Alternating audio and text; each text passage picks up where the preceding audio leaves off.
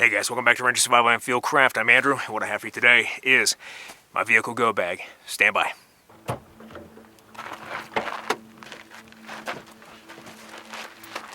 Alright guys, welcome back. So, I want to go over my vehicle bolt bag or go bag, urban survival bag, bug out bag, whatever you want to call it. I have a go bag on my back right now that is for my vehicle for a specific purpose of a scenario in which I would have to dismount, leave my vehicle behind, and survive with this backpack for 24 hours in an urban or city dwelling. Now the world is a crazy place, right?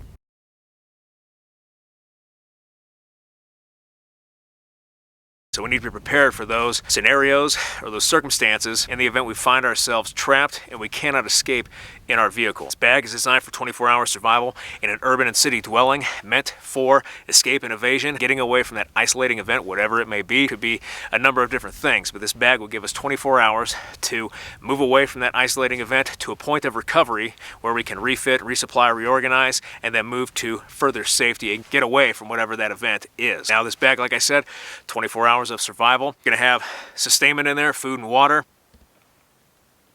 We're going to have escape and evasion kits. We're going to have navigational kits, movement maneuver kits, or getting around obstacles and moving through an urban dwelling, as well as protection and camouflage for the purposes of remaining undetected or avoiding detection in an urban dwelling in the event we're being pursued.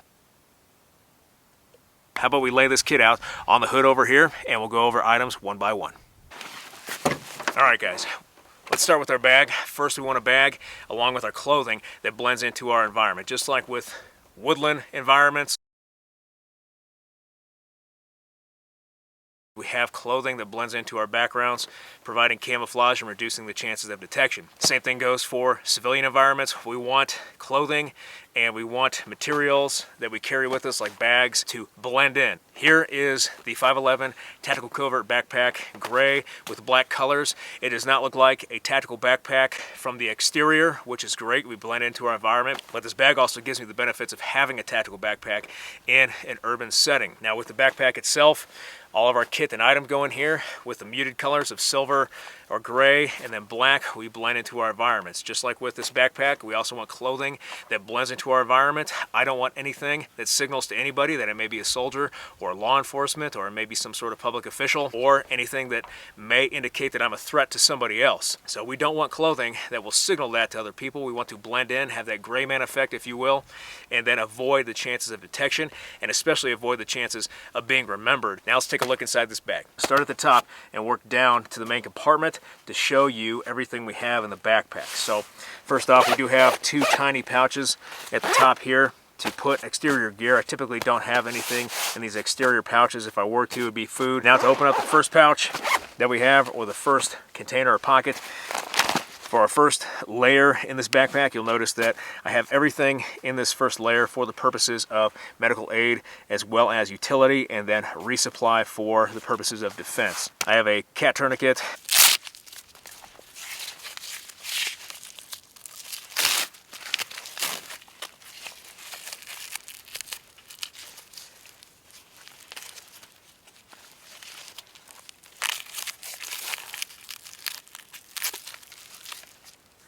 held together by a ranger band onto this MRE webbing that's attached inside of this pouch.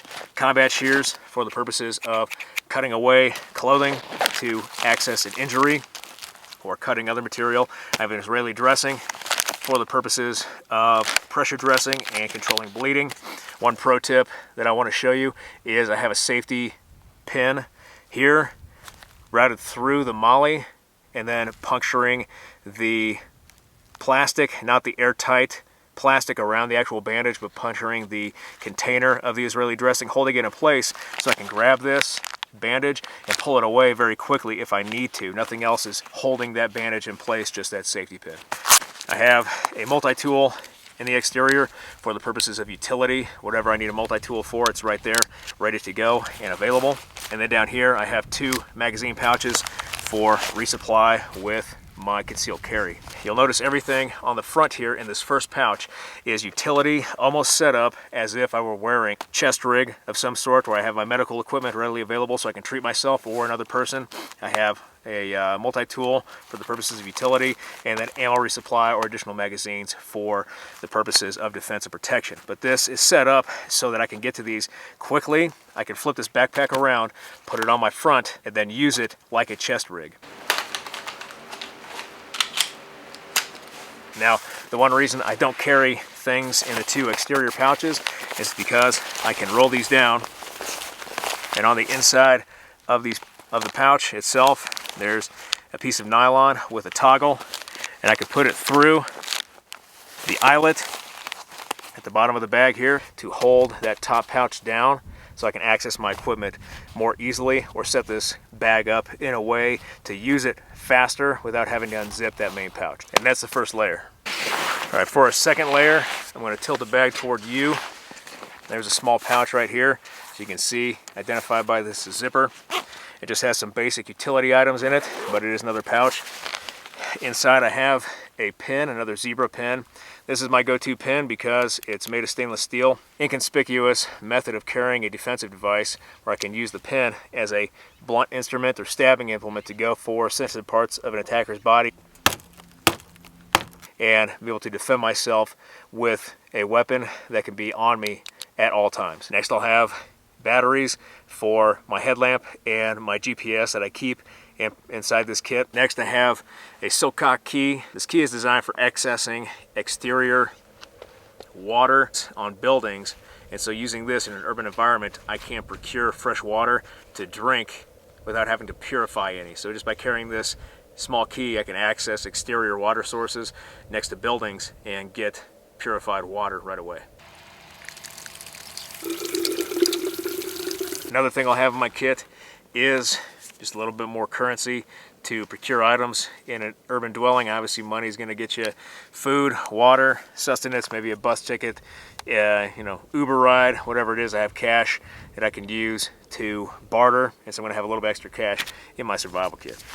Next, I have a lock picking kit. I can use this kit to pick locks.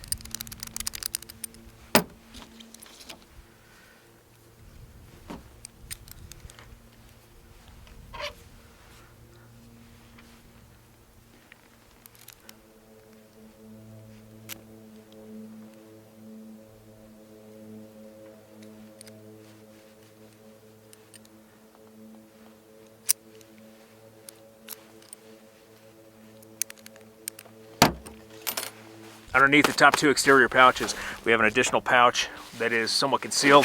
Inside we have an open compartment that can be opened from both sides. However, I'll show you this one. We have more moly webbing with pile tape exterior for the attachment of Velcro on the inside. We can use this for a concealed carry holster to store our concealed carry firearm in this backpack.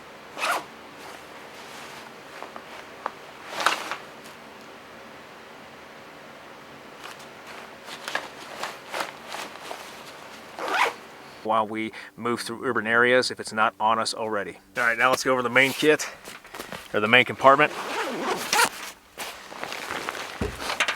Now here's the main compartment. What I like about this bag is that I can unzip it nearly all the way around and open this much like a suitcase to get at the items that I need inside. First things off, I have a change of clothes. Right now, because it's winter, I have a different hat and then a different sweatshirt in here. The reason I have these different clothing items is because not only if my clothing's wet and I need to change out of them for whatever reason, or my clothing's torn and I can't repair it, I have a change of clothing, but also I have clothing that is different color to the items that I'm wearing. That is for the purposes of camouflage and disguise. I can take this clothing, find a place to hide for a minute, change my clothing, change my appearance, and then continue to escape and evade pursuers that may be after me.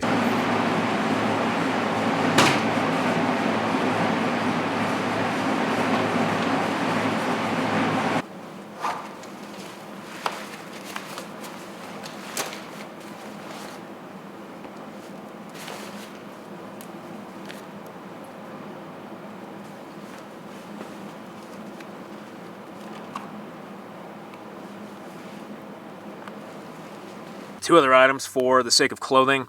Probably the only benefits to having the situation that we're in right now is that in a lot of public places you have to wear a mask, and then because we wear masks, scientific or laboratory goggles like these meant to protect the eyes are more commonplace now. So the reason I have these, not only to have a mask in the event I'm in a public place in an urban city dwelling where they require mask wearing a lot, but I also have these items to help aid in disguising and breaking up my facial features in an urban and city dwelling because they're so readily available and easily found now, and nobody questions these. So I can wear these and break up the outlines and features of my face, change into other clothing and break up my appearance, change and disguise myself to avoid detection and escape pursuers. Next, I'm going to have MRE for food as a go bag meal for a 24-hour survival kit. MRE, enough calories to last me for 24 hours or so. And then along with that money I showed you earlier, I can use that to barter for more food if I need to. But I'm going to have food as part of that kit, and it's going to be in the form of an MRE. Next, as part of sustainment or sustenance, I'm going to have some sort of water filter. Now, a water filter I have right here is a 24-ounce Grayl.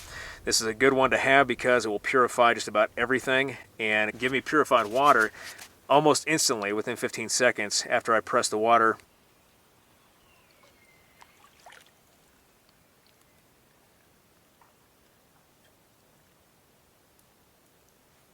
down through the filter, and then I'm able to drink it. Plus, with the screw-on cap,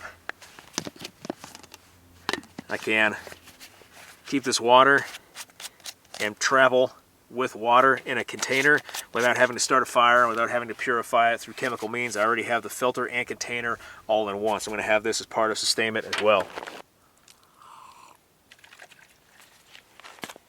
Okay, next items that you guys can see in the compartment here. I put 3 of these items in here. Chances are 1 or 2 might work.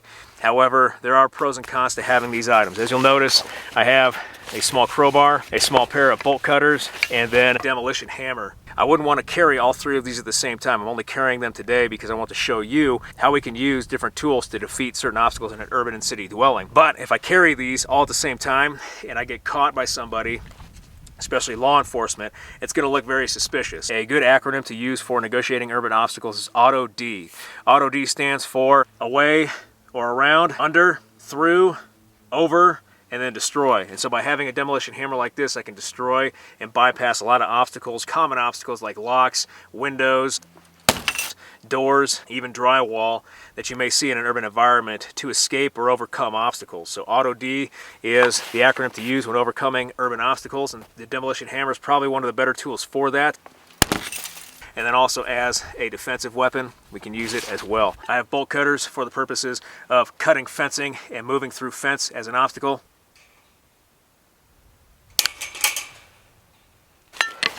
And then I have just a crowbar. The crowbar can be used as a halligan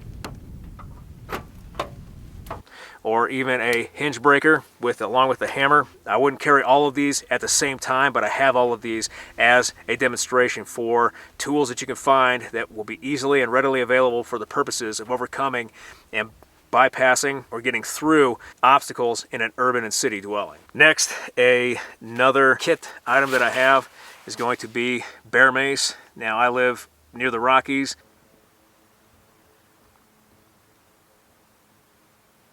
and bear mace is very common. Bear mace is used obviously to deter bears. We can use bear mace for the purposes of crowd control as well.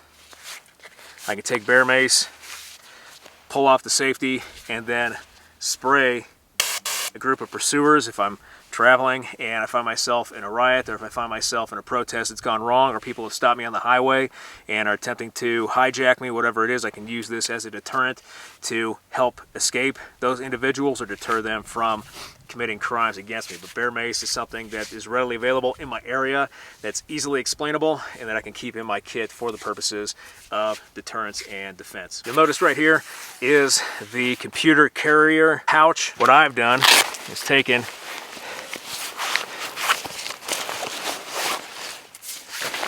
a SAPI plate that is rated for 7.62 millimeter and below and put it into that computer pouch space for the purposes of protection. like I said earlier, I can take this backpack, spin it around, put it on my front, use that exterior pouch for getting medical equipment, the multi-purpose tool, and then getting more ammunition, and use this almost as if it were a plate carrier.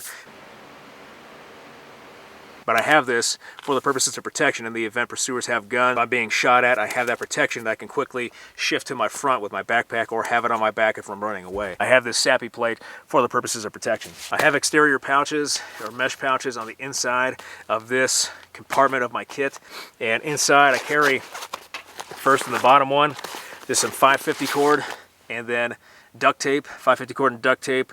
What can't you do with these two items? I carry them for the purposes of utility, whether it's improvisation or stringing up a shelter or whatever I need 550 cord for. I can use these for those purposes. Next, in the furthest one, I have two tins. I have an Altoids tin, which looks commonplace nowadays in an urban dwelling, even though it's got tape around it.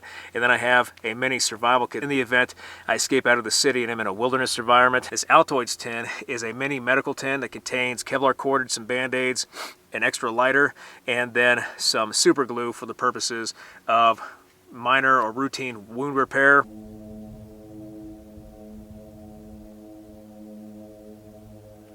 From obstacles or from the environment, bang, scrapes, and bruises and all that good stuff.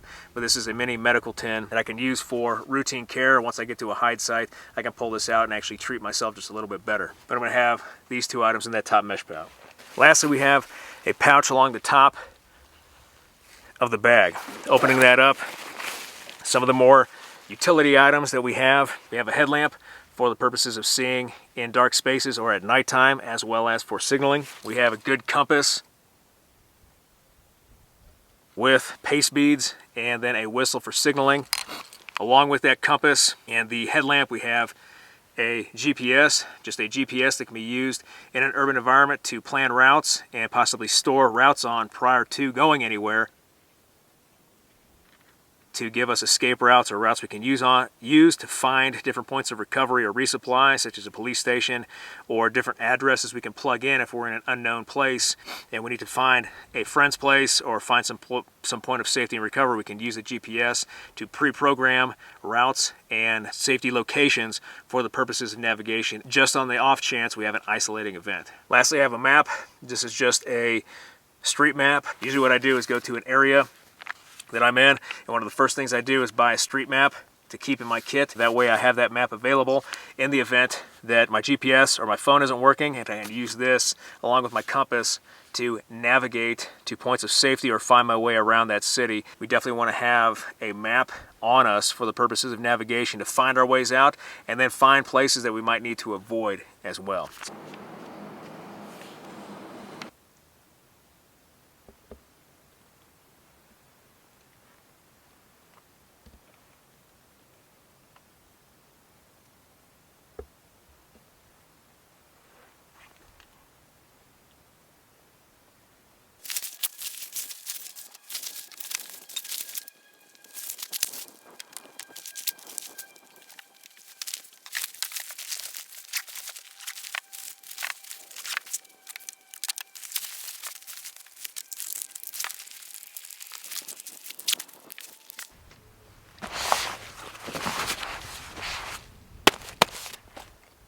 Alright guys, well, I hope you liked that video. If you did like that video, hit that like button, hit that subscribe button.